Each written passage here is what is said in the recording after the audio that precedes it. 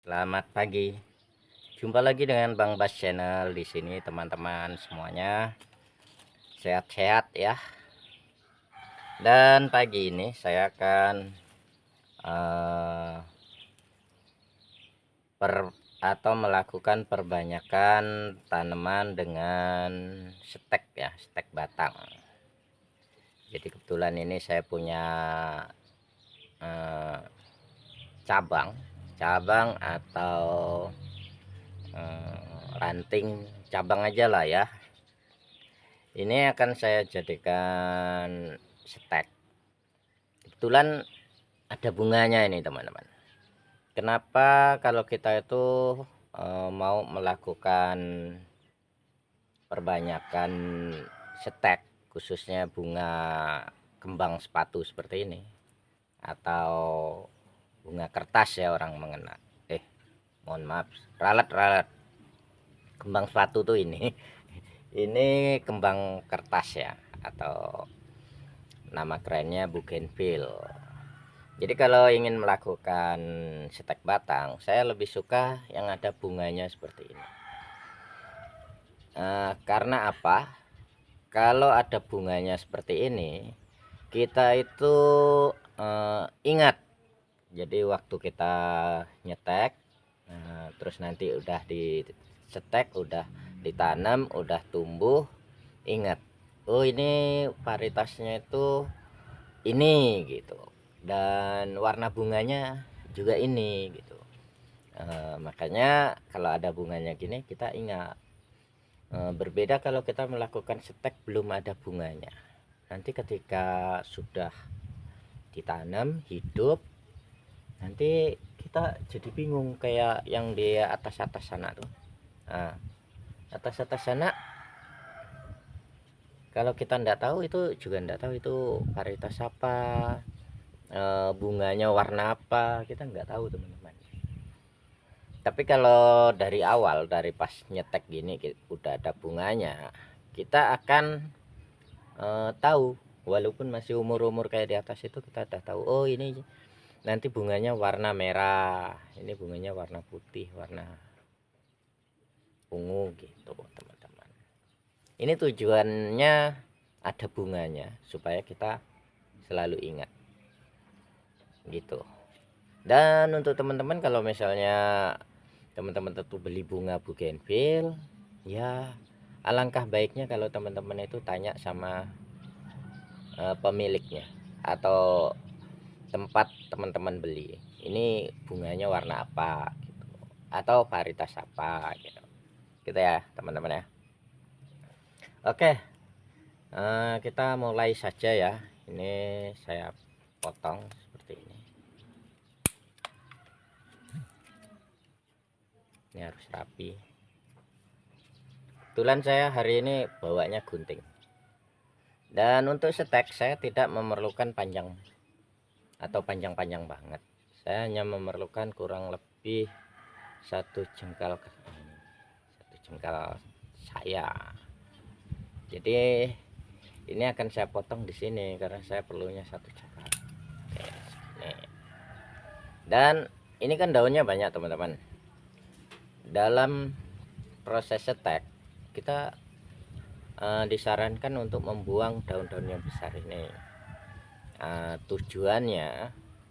Tujuannya daun yang besar ini dibuang itu supaya dia itu tidak mengalami kalau manusia tuh dehidrasi atau kekurangan air gitu. Karena tanaman kita ini di sini ini ada namanya kambium teman-teman. Kambium, dia kayak air juga. Dan dia kambium itu tahu kan teman-teman tugasnya dia itu mengangkut unsur hara atau makanan dari akar ke seluruh batang dan bahkan masukkan ke daun-daun ini gitu. Kalau misalnya daun ini tidak dibuang, daun ini kan tempat masak makanan teman-teman.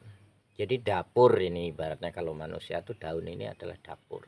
Jadi makanan atau unsur hara yang dari tanah diambil oleh akar, kemudian diangkut oleh kambium menuju daun. Di daun ini dia dimasak dengan bantuan proses fotosintesis atau sinar matahari.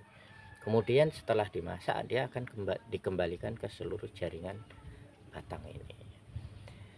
Makanya daun ini harus dibuang, yang besar-besar maksudnya, yang besar-besarnya harus dibuang. Tujuannya supaya dia tidak terlalu memaksa kambium untuk menyerap unsur hara gitu. Dan akarnya kan nggak ada teman-teman, otomatis kambium akan kesulitan mencari zat makanan atau bahan makanan tadi. Kambium itu akan kesulitan mencari bahan makanan karena tidak ada akar. Dan kalau misalnya ini kita kurangin, kita potongin gini ya, yang besar-besar ini kita potong, sisain yang kecil. Nah, oke, udah kita potongin seperti ini. Kalau dia kecil, otomatis dia itu tidak memerlukan bahan yang banyak. Kalau yang besar tadi kan dia banyak, beda gitu muatannya ya, kalau kayak manusia lah. Kalau yang badannya gemuk besar pasti makannya banyak gitu ya, tapi enggak semua sih. Jadi kalau kecil gini otomatis dia memerlukan kecil. Dengan begitu dia akan bisa menghemat atau bertahan sampai akan tumbuh akar di sini ya teman-teman. Dan kenapa tumbuh akar? Karena kambium itu kan terus bekerja ya teman-teman ya. Kambium itu terus mengangkut semua bahan makanan dari batang yang seharusnya dari akar, tapi karena akarnya nggak ada, nah, makanya di situ akan muncul akar-akar baru. Jadi dari kambium tadi itu memaksa supaya batang bawah ini tumbuh akar. Seperti itulah kurang lebihnya proses setek batang teman-teman. Jadi seperti ini. Ini udah siap dilakukan penanaman. Dan ini akan saya tanam tidak jauh-jauh, di bawah aja. Nah ini ya. Oke, saya akan tanam di sini. Ini kebetulan saya punya media juga, dan kebetulan tanamannya tidak ada. Jadi nanamnya mudah teman-teman, tinggal tancepin aja.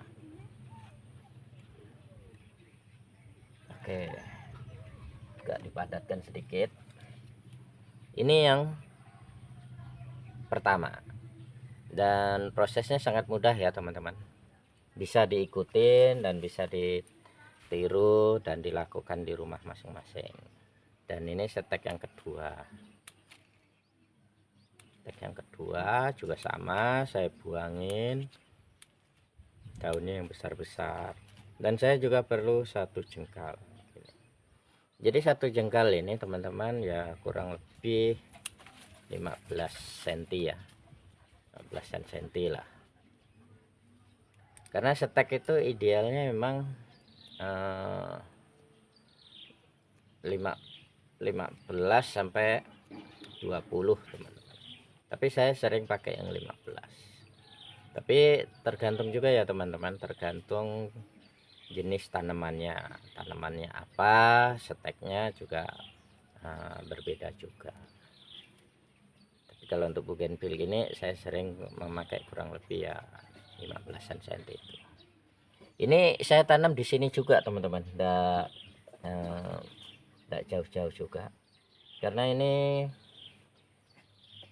saya tanam di sini. Nanti kalau udah hidup nanti akan saya pindahin, itu tujuan saya bagi-bagi. Jadi ini nanti makanya ini saya tanam jaraknya jauh-jauh atau ada jarak. Dan kalau ada bunga gini, bunganya juga dibuang ya teman-teman, jangan sayang-sayang, karena bunganya ini juga memerlukan unsur hara juga atau makanan. Jadi saya buangin semua.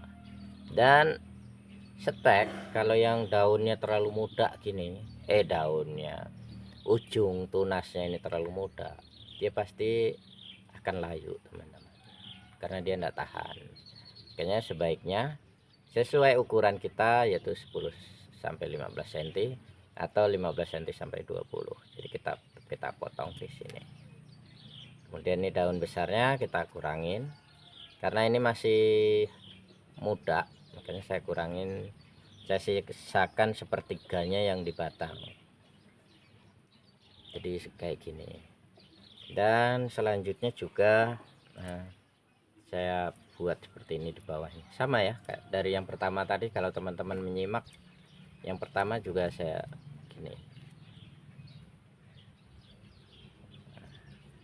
Ini saya kupas teman-teman, saya kupas nih, maksudnya kalau ditancepin tuh kulitnya ini enggak rusak, tapi kalau dia di ujung sini, dia kalau ditancepin ini mudah terkupas, kemudian itu sulit untuk tumbuh akar. Kita tanam yang terakhir, ini agak tengah-tengah.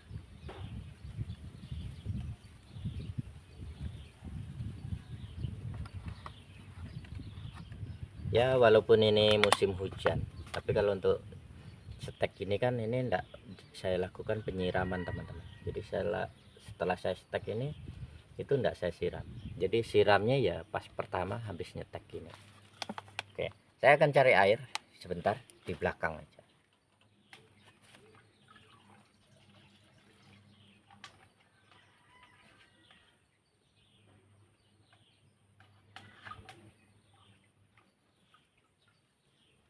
Nih air sudah datang, jadi saya siram. Oke, segini cukup. Dan selanjutnya teman-teman,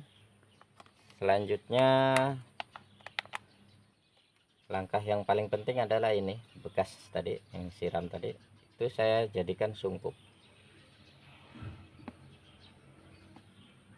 ya, seperti ini. Enggak apa-apa ada lubang sedikit, tapi secara tidak langsung dia sudah menaungi, dan dia juga bisa mengontrol suhu ya. Udah bagus ini. Dan ini daun-daun ini bagus nih teman-teman. Daun-daunnya ini kalau teman-teman punya banyak jangan dibuang, termasuk bunga-bunganya juga lah, jangan dibuang. Ini bisa kita taruh di kiri kanan sungkup kita tadi, karena ini fungsinya nanti dia akan busuk teman-teman. Busuk, dia akan jadi pupuk. Nah seperti ini. Oke, ini kan transparan teman-teman, atau tembus pandang ya, bisa kita lihat ini. Kita amati aja dari luar tanpa buka sungkup juga sudah bisa. Sehari, 2 hari, 3 hari, 4 hari, sampai di umur 15 hari kalau dia masih hijau segar, berarti stek yang kita lakukan berhasil. Itu aja kuncinya. Jadi tidak usah dipikir berat-berat, stek itu mudah, tinggal tancepin, siram. Kalau cuacanya panas dibantu sungkup seperti ini, tapi kalau enggak disimpan di tempat yang teduh atau terhindar matahari atau tidak terkena sinar matahari secara langsung, itu sangat mudah, enggak perlu disungkup juga bisa. Tapi kalau kebetulan di luaran saya ini atau di halaman saya ini, kalau sore dari jam 1 atau jam 2 itu full panasnya, dan bahkan ini baru jam 11 itu udah pas, sedikit lagi juga sudah kena sinar matahari di sini nih. Jam-jam 12 sudah mulai masuk sinar matahari, jadi makanya ini perlu saya sungkup. Oke, hari ini semoga bermanfaat, dan yang pastinya setelah teman-teman melihat video ini atau konten saya ini, teman-teman itu berani mencoba. dan tidak perlu beli lagi lah bibit-bibit seperti ini ya, kita bisa melakukannya. Oke, terima kasih, semoga hari-hari teman-teman menyenangkan. Sukses selalu untuk kita semua.